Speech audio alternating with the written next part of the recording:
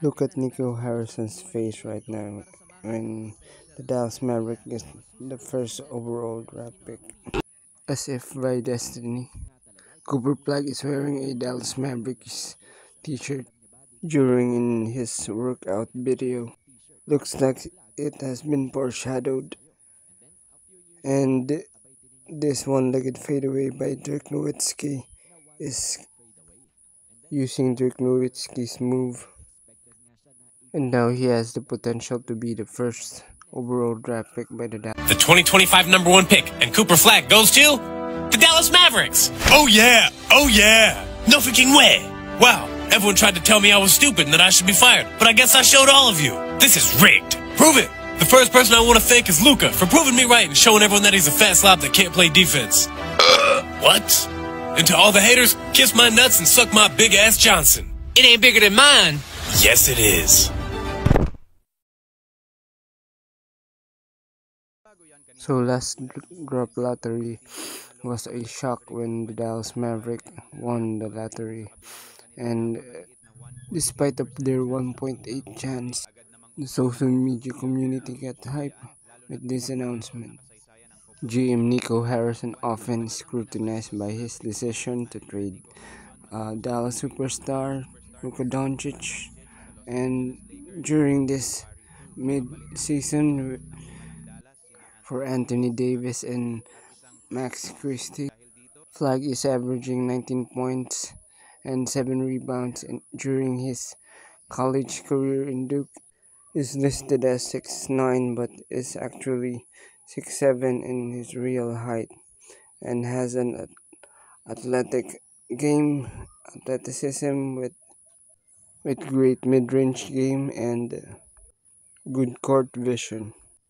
They say white man can't jump, but Flag is absolutely.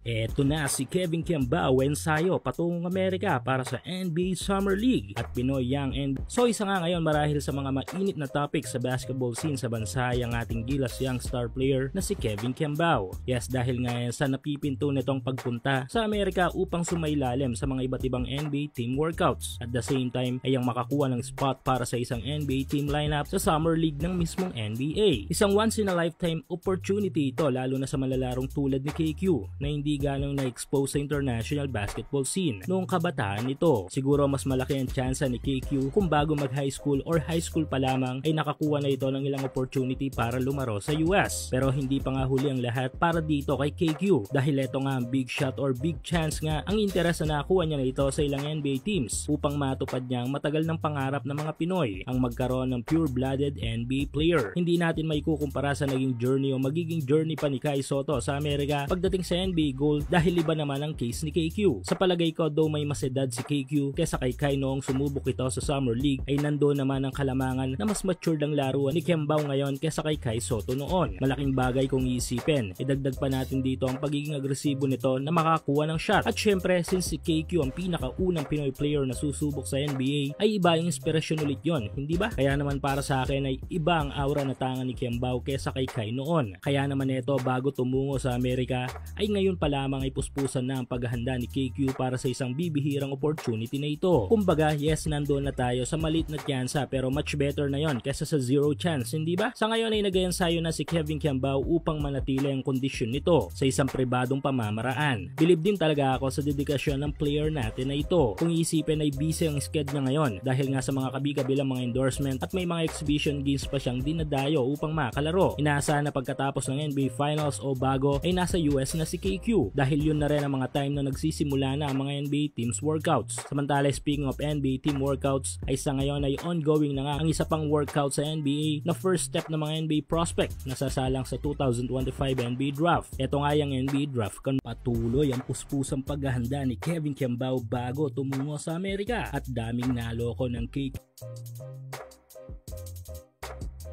So training nito sa Amerika. Sa ngayon kasi nagsisimula na ang Hooper Flood, kundi dahil sa may big time Phil-Am Hooper tayo na papasok sa second of basketball sa mundo, hindi ba? Kaya ito nga, at ngayon pa lamang ay grabing puspusan na ang paghahanda ni Kevin Kiambao upang kahit papano'y mabigyan nito ng hustisya ang once in a lifetime opportunity na iginawad sa kanya. At bilang Pinoy player na binigyan ng tsansa para sa ganito kalaking shot, ay tiyak na ibibigay nito ang lahat upang kahit papano'y makakuha ng ilang mga interes. Yes, basic goal ng NBA team workouts o NBA Summer League invites ay ang makakuha ng kontrata sa NBA. Pero wag din natin kalimutan ng isa pang goal dito, kasunod ng NBA contract. Ito nga yung NBA team contract pressure. Basta ilaro niya lang ang natural nitong laro at ipakita ang specialty nito sa game, which is yun nga, yung great court vision. Inaasahan na sa pagtatapos ng NBA draft combine ay ang pagpapatawag ng mga NBA teams ng mga private workouts sa mga draftees at the same time sa mga free agent player. Kaya naman malapit-lapit na ang paglipad ni KQ, at bilang continuation ng update natin kahapon ukol sa paghahanda nito ay another clips ngayon ang nagpapakita ng sipag sa pag-iensayo ni Kabayan. Mula sa video kahapon ay kapansin-pansin dito ang pag-iensayo ni KQ ng kanyang pag-atake sa basket in a physical way. Marahil inihanda na si KQ para sa